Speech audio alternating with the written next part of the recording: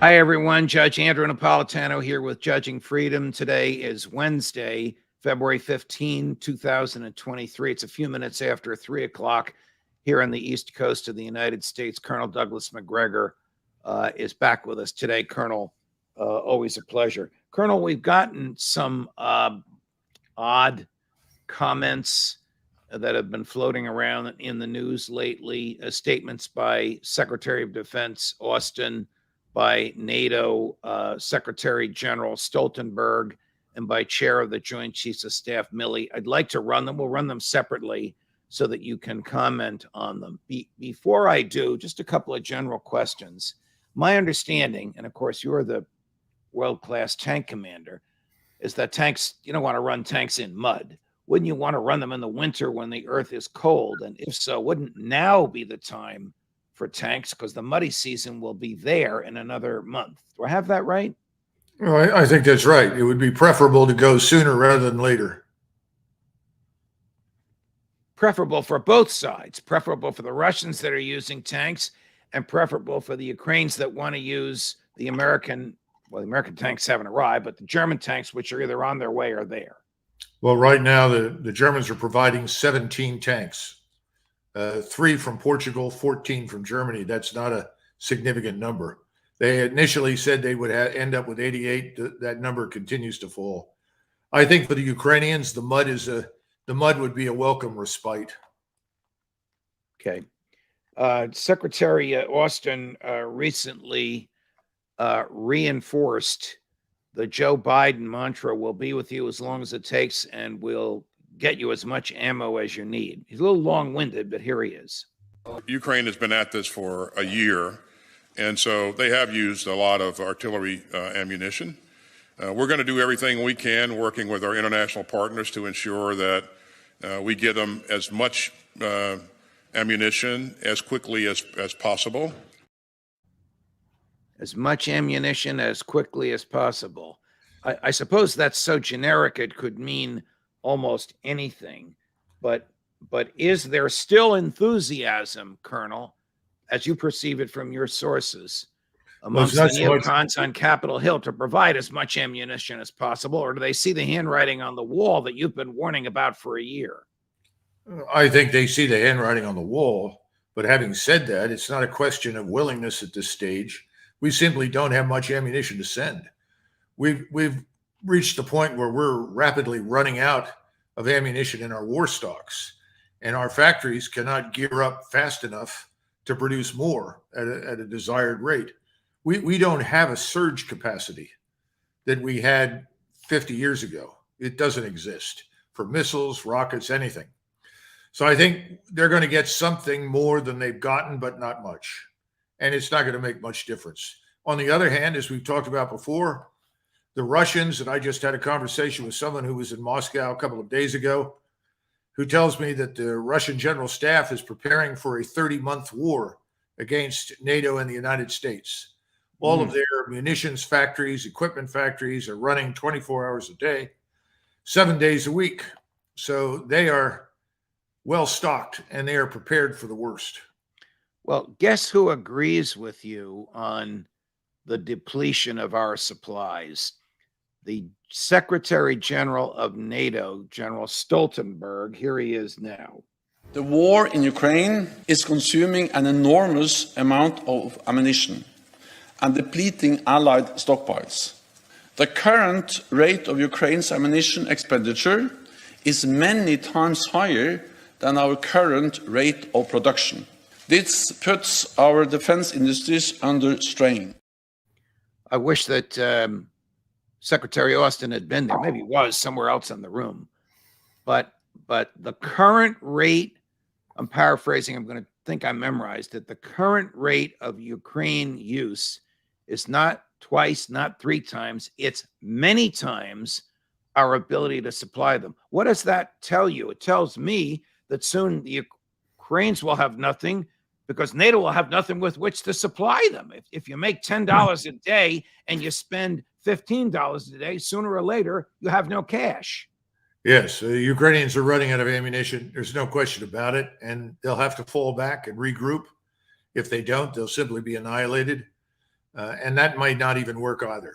We'll talk about that later, but the bottom line is yes, the situation is dire, and the more desperate things become, the more ridiculous, in some cases, the claims are made by the Ukrainians and the West. Do you have an opinion as to why General Stoltenberg would have said that, and if he would have said that without running it past his masters in Washington first? No, I'm sure that they asked him to say it. Everybody knows it. It's an open secret. We're in the same boat as our European allies, but I don't think anybody in Washington wanted to make that admission. So they simply said, Secretary Stoltenberg, please, emphasize this point. Again, it's a statement of desperation. Please, please, please send whatever you have. We're running out. That's not a good thing. General Milley, who was standing right next to Secretary Austin when he made the comments that we just ran a few minutes ago, you better be sitting down, Colonel, says Russia has lost. Take a listen. NATO and this coalition has never been stronger, and Russia is now a global pariah, and the world remains inspired by Ukrainian bravery and resilience. In short, Russia has lost.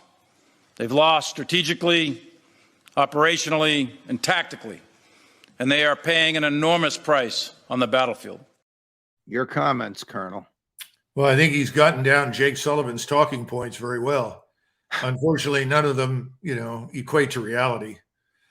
Russia is hardly a pariah. If it were a pariah, its economy would be in ruins, and its economy is going gangbusters because everybody in the world is ready to do business with Russia except us and some of our European allies. And even there are lots of cracks in that system. Otherwise, I think whatever they tell you about the Russians, you should just turn around and apply it to the Ukrainians. They talk about no morale, no leadership, poorly trained, all this sort of business. Doesn't apply to the Russians right now. It applies to Ukrainians. It's very sad. It's a tragedy. And as you say, we've all seen this coming, but no one is willing to stand up, admit to it, and ask for talks with the Russians, sadly. Do you see some sort of a shift going on here? I mean, these comments by General Milley were so forceful. They were literally 180 degrees from what he said 6 months ago before they slapped him on the wrist. I mean, what does he gain by saying this? I can't imagine that any serious professionals like you, or even the people, the other generals and colonels that work for him, would take seriously what he just said. And yet he said it before an international audience, and it was broadcast all over the world. That clip we just gave you was broadcast all over the world yesterday. Well, let's be frank, Judge. This entire administration has lost a great deal of credibility in a whole range of areas over the last several months. Anything they say has to be viewed with great skepticism. General Milley has made it very clear that he is aligned with the left. He is part of this administration. He's going to say whatever they want him to say. End of discussion. Your concern about professional integrity and so forth doesn't really occur to him. He sees a different future. Remember that when these people retire, there are lots of wealthy left-wing oligarchs that will provide income for them and take care of them. The objective here is to meet that test. Please reward me for what I'm saying when I retire. That's all. But you know him. Does he mean what he says, or is this an act intended to audition for the type of post-military retirement job he'd love to have, the one like his boss, Secretary Austin, had at Raytheon? Well, I'd say it's the second, not the first. He's very definitely interested in the income. I don't know him personally. I have only met with him once, and I only know him by reputation, which was never very good in the Army. This is not somebody that was known for standing up and taking any tough positions under any circumstances. This was a man who was always willing to get the job done. Yes, sir. 3 bags full, as we say. So he's doing what he's done throughout his military career. I mean, is this the type of person, is this the mentality and the character of human being, much like General Petraeus, that rises to the top in today's military? Yes. I mean, definitely. This is not Joe Biden's fault. This is culture that's been going on in the military for generations. The politicians rise, not necessarily the best generals.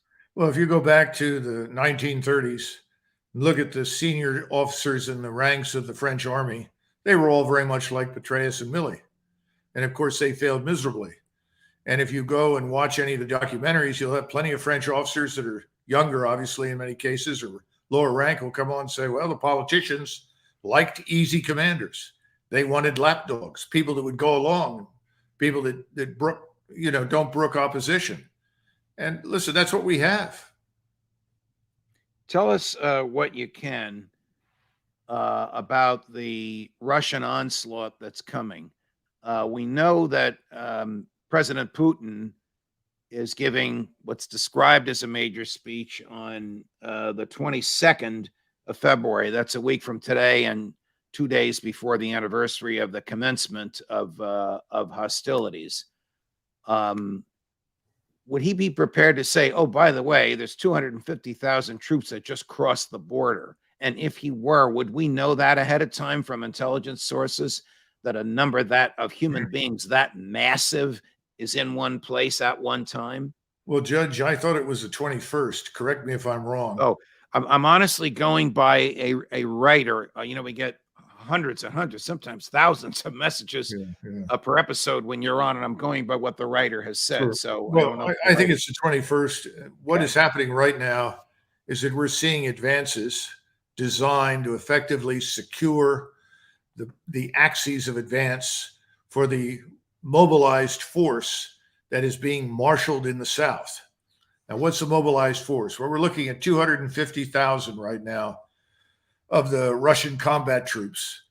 Some of them are south and a little east of Zaporozhye when you look at the map. Others are just behind Bakhmut, which they are waiting for the Wagner military group to clean up. And then the other group is over near Liman, which is just east of Kharkov.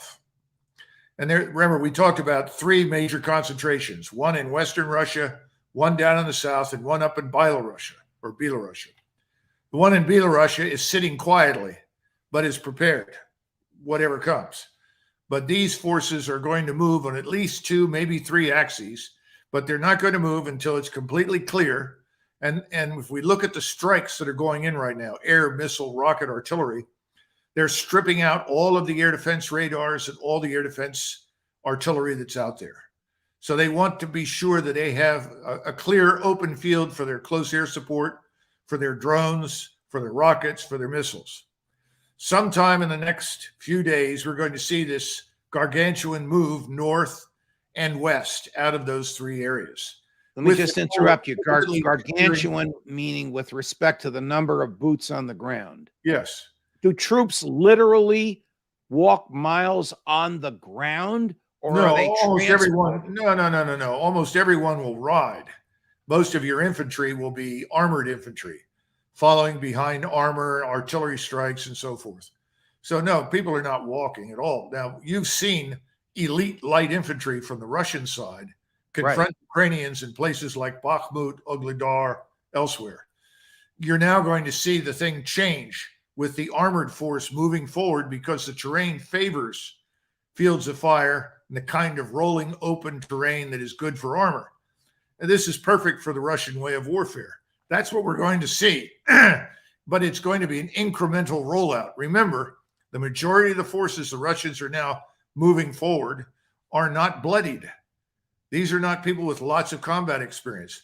On the contrary, many of them are fresh recruits or reservists that haven't seen much, but they are under the command of experienced combat officers.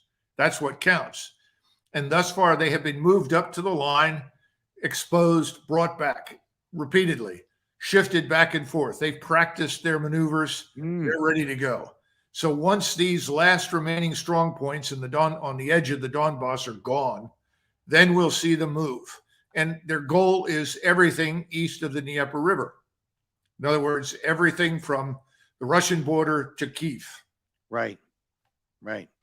I want to make you laugh a little because we're talking about very serious stuff. So my former colleague, because he did work at Fox for a while, and then ABC, and then CNN, and now News Nation, Chris Cuomo is over in Ukraine, and I did what I thought was an excellent report, interviewing young Ukrainian either recruits or conscripts. Colonel, when I say young, I'm talking about 16 or 17 years old.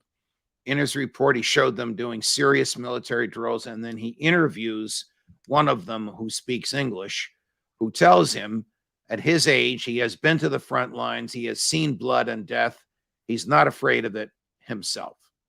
Is there some age, I should know this, either internationally or legally in Ukraine, below which human beings cannot be put into battle? Well, there should be, but there won't be, because it depends on how desperate the state is to survive. Right now, the Ukrainian state is desperate to survive. So they're going to reach down very, very low. But there are a couple of things here, Judge, that should be mentioned. Just because some of these kids may be 15, 16, 17, doesn't mean they can't be effective. In fact, there's a lot of history that suggests that they can be very lethal. We talk about our landings in Normandy, and when we faced the 2nd Waffen-SS Panzer Corps, we were complaining about all these veteran soldiers. In reality, more than 85% of the soldiers were under the age of 19.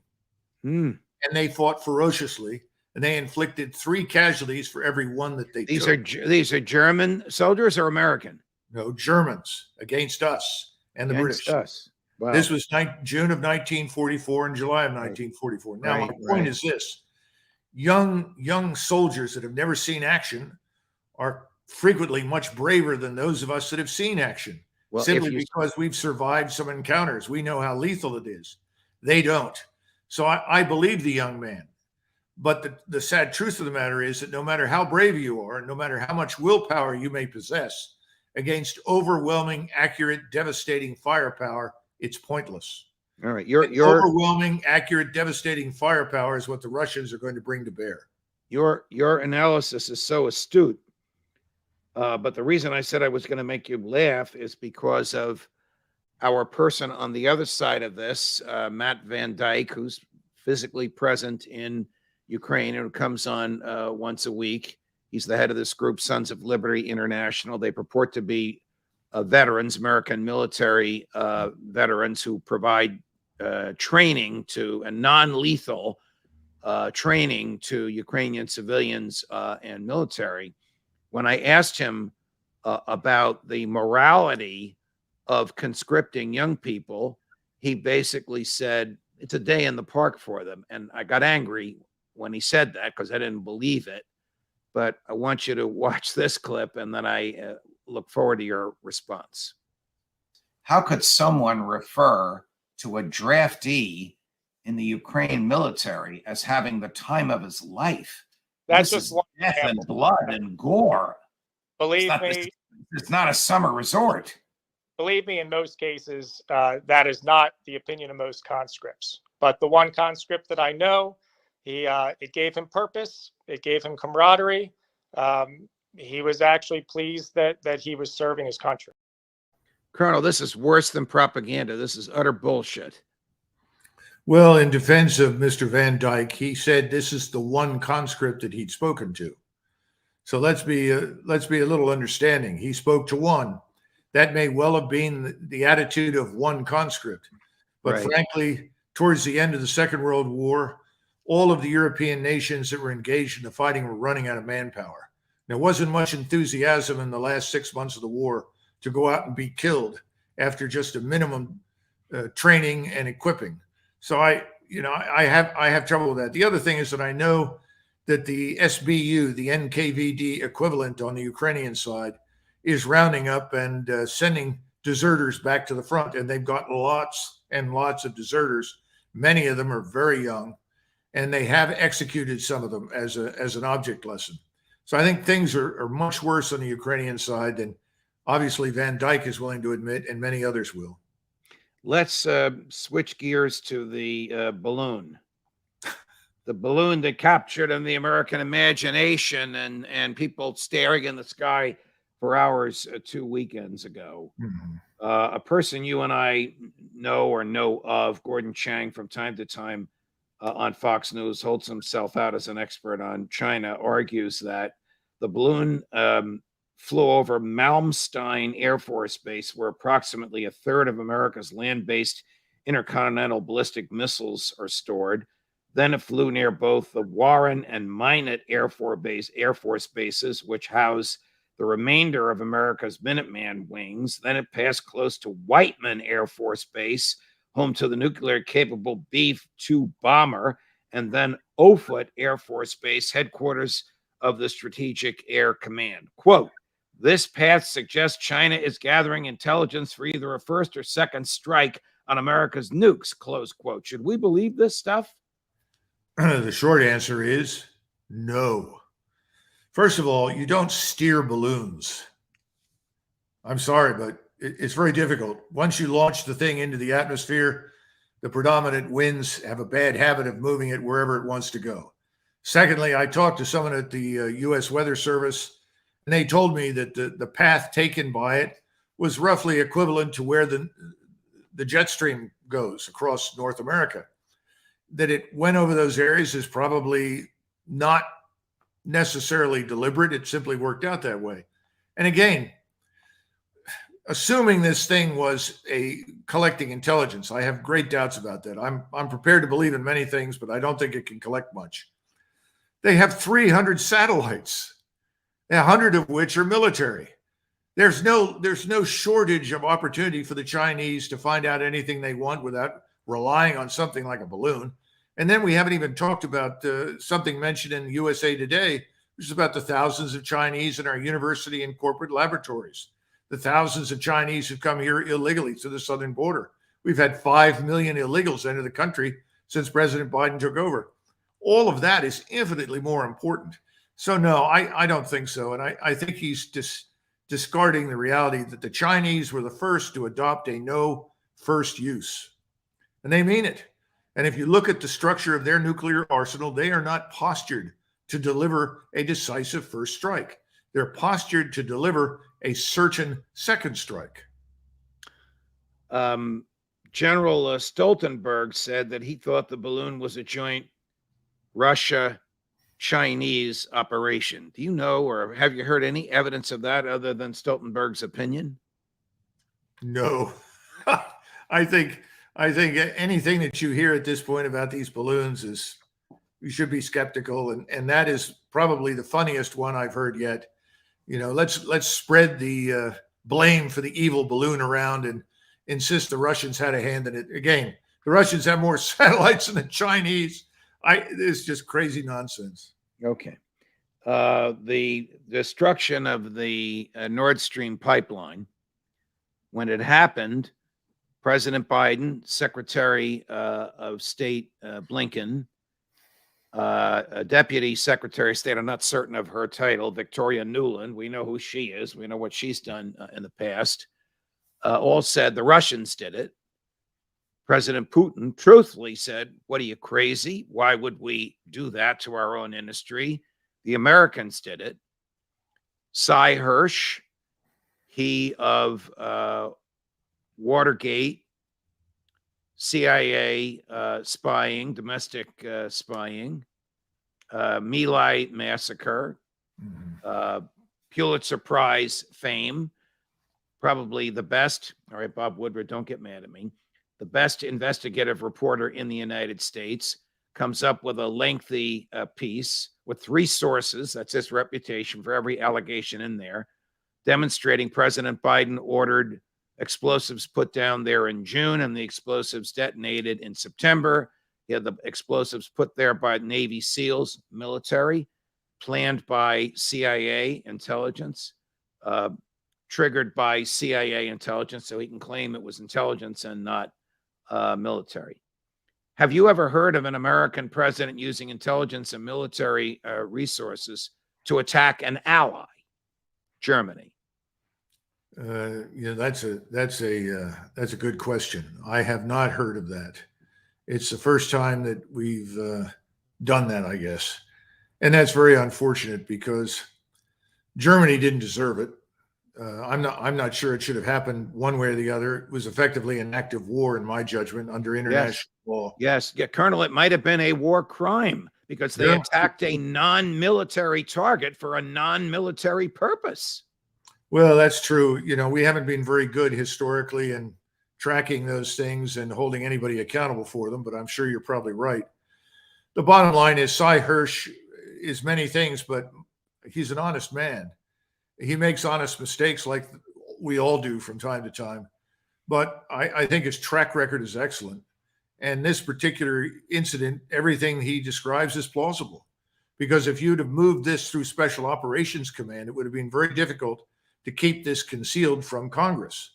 Not that Congress has stood up lately and made any difference, but nevertheless, that's true. So he went apparently CIA, Department of the Navy. That certainly makes sense to me. I just regret the whole thing. I think it was totally unnecessary. It makes it harder to end the conflict. And again, whenever you make the decision, as we have, to precipitate this war, and people need to understand that long before this thing began with Russians intervening in Ukraine, 14,000 people were killed since 2014 in those two Russian autonomous republics. And that was one of the points that Putin wanted to put an end to, the violence against Russian citizens living in Ukraine. Long before that happened, we refused to honor anything that the Russians wanted, said, or thought, or did. We treated it all with complete contempt. This particular action makes it much, much harder to end the war. When you go into something like this, you should always think about, how do I end it? How do we put an end to this? The notion that we should fight every war to the point where there are no enemy left or everyone is annihilated, which is the mistake we made in 1945, is ridiculous. That's not what we should do. We are, in theory, a liberal democratic republic. That should be the least of our aims, but it seems that way. And if you're sitting in Moscow right now, you say to yourself, well, we can't depend on anything anybody says. We have to prepare for a long war. So the order comes down. We may have to fight for 30 months before this is over, because we're not simply dealing with Ukraine and Ukrainian forces. We're up against the United States and NATO. And of course, if they're looking at 30 months, how long can that drag on before some serious mistake is made and we find ourselves in direct combat with Russia? Are you hearing anything, any fear in Washington of Biden and others being accused of war crimes over the destruction of the Nord Stream pipeline? No, in fact, they laugh at the prospect. What about thinks they're immune? You have been very critical, and rightly so, of Chancellor Scholz. I'm sure that he was in the dark. There's no way he could have known about this ahead of time. If so, he's committed under German law an impeachable offense. They humiliated him. I mean, Cy Chase humiliated him. You learn from a reporter that your ally destroyed an asset that your biggest utility company built, and on which half of your population relies to heat their homes in the winter, and you say nothing publicly. Well, the problem here is that the German population itself has grown complacent and comfortable after many, many decades of being protected by this thing called NATO, which, as you and I know, is ultimately the United States of America. And they have willingly subordinated themselves in most cases to almost anything we wanted. Now, they refused to participate in Vietnam. They refused to participate in Desert Storm. But for some reason now, we've seen a change of heart. Initially, they were unenthusiastic about bombing Serbia, and for good reasons, because of the German experience during the Second War. Ultimately, they caved and they supported it. Now we have a government that seems even more willing to become a vassal of Washington than any of its predecessors. It's only a matter of time until the German population finally wakes up, goes to the polls, and we'll see an end to this. Germany is too powerful. Germany is too great. It's too important. And the German people need to come out of this funk that they've been in since 45. This is a great tragedy. If you look at Japan, you look at Germany, the Japanese were not transformed into a nation of self-loathing Japanese, despite the fact that they realized they committed terrible crimes in many cases. Right. But we have really converted the Germans into being a self-loathing nation. That needs to end, because, face it, who is still alive today that had anything to do with the Second War? Nobody. Colonel, always a pleasure to have you, no matter how terrible the events are that we're discussing. Thank you so much for joining us, sir. Thank you. Judge Napolitano, more as we get it for Judging Freedom.